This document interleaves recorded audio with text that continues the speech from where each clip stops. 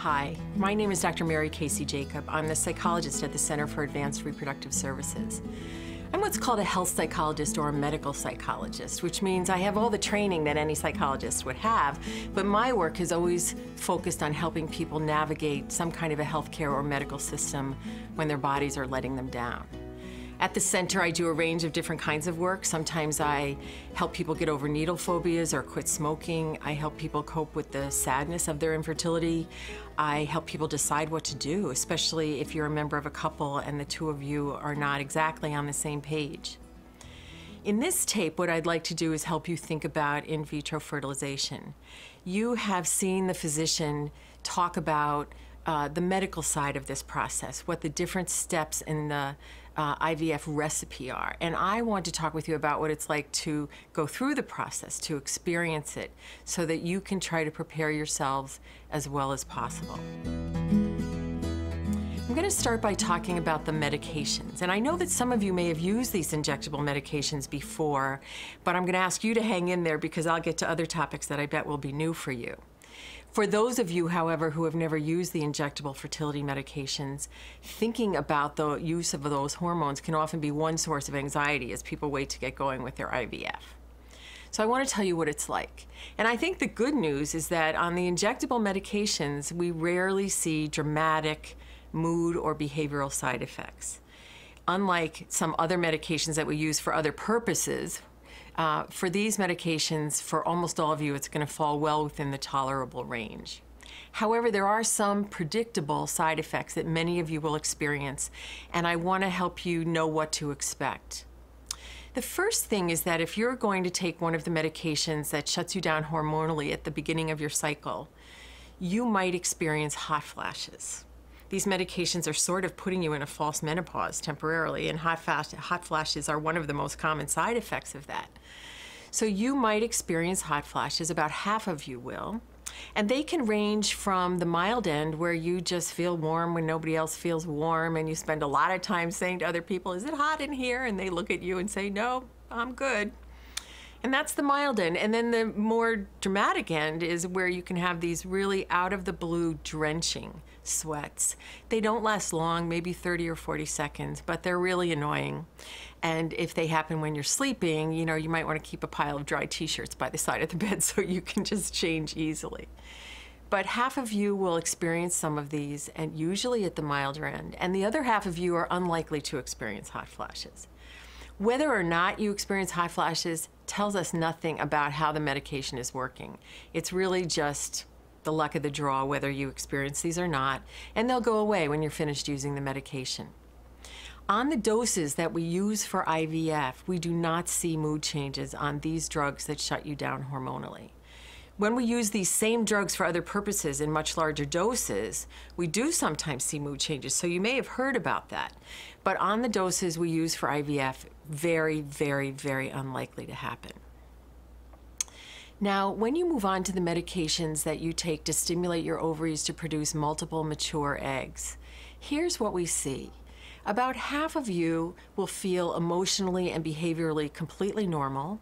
And if I checked with those who love you, they would say, "Yep, she seems like herself." Now, the funny thing about this is if you're lucky enough to be in the group with no side effects, it can be a little disconcerting. When you are injecting yourself with hormones every day, you kind of expect to feel hormonal. And if you don't, it can make you wonder if the medication is working. But really, half of you will just be fine, and the medication will be working. Then a very small group of you, maybe 10% of you, are going to feel better than you have ever felt in your entire lives. You're going to think, "I like this stuff." And you're just going to have this sense of well-being that's a little bit hard to describe. And then 40% of you are going to experience some mood changes. And it's not what I would call big fat mood swings. We all know what those are, or we think we know what they are, where you have moods that make no sense for the moment or for what's going on in your life right then. We rarely see that on the IVF drugs. Maybe 1 or 2 people in 1,000 will have a big fat mood swing. What we see instead for about 40% of you is what I would call a magnification of a normal mood. So the flavor of the mood makes perfect sense for the moment. You would always feel a little bit sensitive in this situation or a little bit irritated in this situation, or you might always get a chuckle out of this situation. But what you find is that your reaction is slightly exaggerated. And it really is slight, which is one of the reasons I like to talk to all of you about this, because I think if you're injecting yourself every day with hormones and you have a big fat mood swing, it's easier to make sense of it. When you have these really subtle changes, you're more likely to think, what is the matter with me? Or what is the matter with her? Or what have I done now? It's more likely to be thought of as situational, but it's not. So one of the coping suggestions I want to make for you, I'm going to sprinkle my talk with coping suggestions. One of them is, as you go through IVF, I want you to blame everything on the drugs and focus on coping with what happens as opposed to overanalyzing or overdiagnosing. But definitely a number of you will feel just a little emotionally wobbly, and it's usually not very dramatic. It's the kind of thing that your partner, if you have one, or your mom or your best friend might notice, but other people you work with, strangers at the grocery store, you know, it's not the kind of thing that takes up a lot of space or that other people will notice. So you could have this mood magnification. Also, on the medications that you take to stimulate your ovaries to produce multiple mature eggs, a small number of you, maybe 10% of you, are going to say you feel kind of like a space cadet. You're going to find that your attention wanders, that it's a little bit harder than usual to make everyday decisions like what to wear or what to eat. We do not have people finding it so difficult to pay attention that they make mistakes or that they're a danger to themselves or others in their work. So this isn't something that worries us, but it can be, again, disconcerting if you don't know. I want you to have me in your heads as you go through this cycle, and so that you can say, oh yeah, she said that might happen. So that's about 10%, and again, it goes away. All of these things go away when you're finished using these medications. Then, after your embryo transfer, you're going to be asked to use progesterone for a period of time. And most of you will experience no mood or behavioral changes as a result of the progesterone, but a few of you will, because progesterone is actually a natural depressant.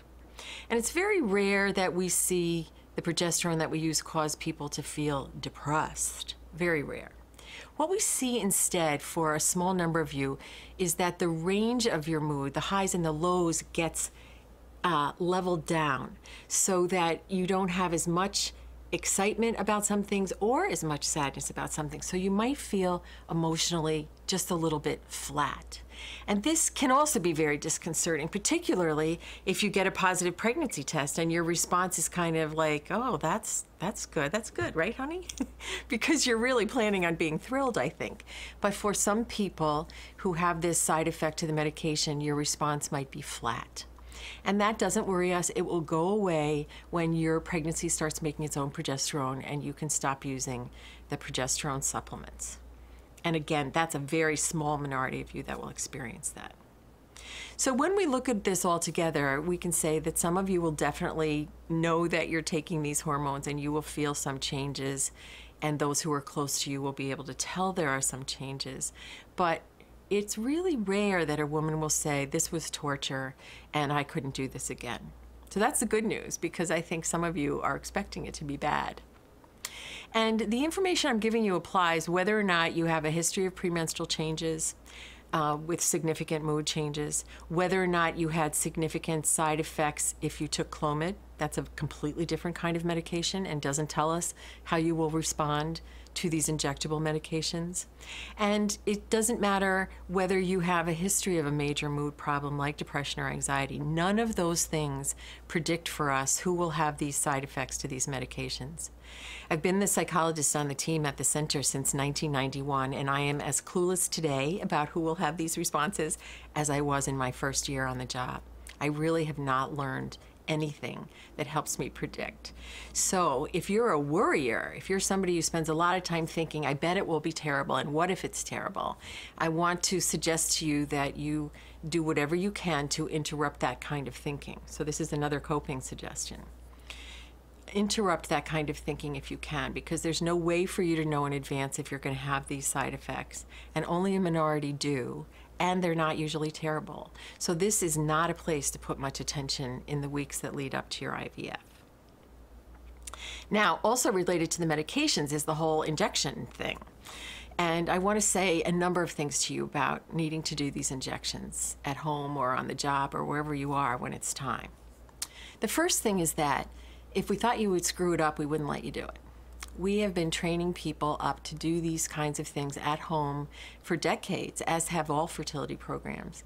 And you probably all know somebody who does injections at home, whether it's for diabetes or allergies or possibly fertility treatments. So this is common and it's doable, and we will help you prepare for it.